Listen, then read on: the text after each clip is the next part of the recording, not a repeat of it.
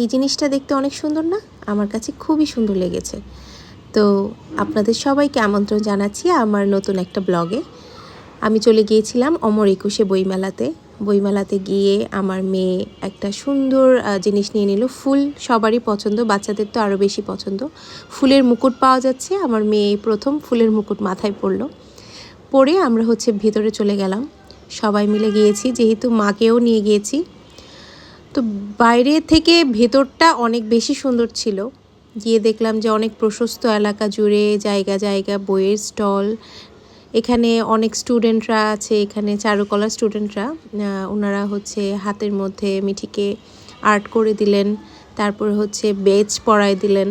সব কিছু মিলে না আমার কাছে ভালোই লাগছিল ঘুরতে ঘুরতে আমার মেয়ে তো জীবনের প্রথম এরকম বইয়ের স্টল দেখতে পেয়ে অনেক খুশি হয়ে যাচ্ছে। নতুন নতুন কার্টুন, গল্প, কবিতা, সব বইগুলো দেখে না অনেক এনজয় করছিল সে, মানে অনেক আনন্দ পাচ্ছিল। একটা একটা করে বই দেখছে, আমারও ভালো লাগছে, আমিও দেখছি যে কোনটা নেওয়া যায়। আমার প্রথম প্রেফারিং ছিল যে আমি একটা হুমায়ুন আহমেদ স্যারের বই নেব। তো আনফর্চুনেটলি আমি আসলে হুমায়ুন আহমেদের বইটা পাইনি। ওনার কোনো বই এখানে এবার পাবলিশড হয়নি। তো এটা খুবই একটা দুঃখজনক ব্যাপার ছিল। তো এখানে আমরা ফটোশ্যুট করে নিয়ে আবার একটু হাঁটতে হাঁটতে আরেকটা বইয়ের স্টলে চলে গেলাম। তো এখানকার আপুগুলা মিঠিকে অনেক বেশি আনন্দ দিচ্ছিল, ওকে দেখে অনেক খুশি হলো। তো জীবনের প্রথম মিঠি একটা গল্পের বই কিনলো, তার জীবনের ফার্স্ট টাইম একটা গল্পের বই। সে বইটা নিয়ে অনেক বেশি খুশি হয়ে গেল, আমারও কিনে দিতে অনেক বেশি ভালো লাগলো। কিনে তারপরে চলে গেলাম এই স্তম্ভটার কাছে। এটা রমনার পাশে একটা স্তম্ভ, দেখতে খুবই ডিলাইটফুল লাগছিল, অনেক ভালো লাগছিল।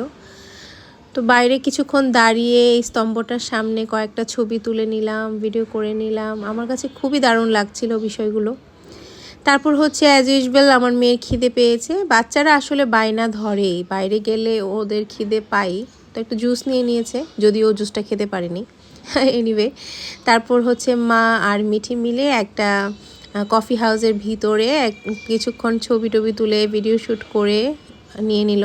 পরে আমরা বের হয়ে গেলাম। এরপর ওর খিদে মিটিনি, ও রাগ দেখাচ্ছে। ওর রাগ উঠে যখন ওর বেশি খিদে পায় তখন ও অনেক বেশি রাগ দেখায়। তো রাগ দেখিয়ে চলে যেতে চাচ্ছিল, পরে আবার ফিরে এসেছে। এরপর স্টাইলিং কুইন আমার মেয়ে স্টলের সামনে কার্টুন ক্যারেক্টারের সামনে অনেক স্টাইলিং ফাইলিং করলো, ছবি টবি তুললো, আমিও কিছুক্ষণ ভিডিও শ্যুট করে নিলাম। সর্বোপরি সব কিছু মিলিয়ে আমার কাছে বইমেলাটা অনেক বেশি এনজয়েবল লেগেছিল, কারণ আমি অনেক আগে একবার গিয়েছিলাম, এবার আমার মেয়েকে নিয়ে প্রথম গেলাম। পাশে ছিল মায়ের মন্দির, আমাদের হিন্দু ধর্মাবলম্বীদের একটা মন্দির ছিল, ওখানে গিয়ে কিছুক্ষণ প্রার্থনা করলাম। যেহেতু এত কাছে এসেছি, মন্দির দর্শন না করে গেলে মনটার মধ্যে কোনোভাবেই শান্তি পাওয়া যায় না। মন্দিরটা খুবই সুন্দর ছিল।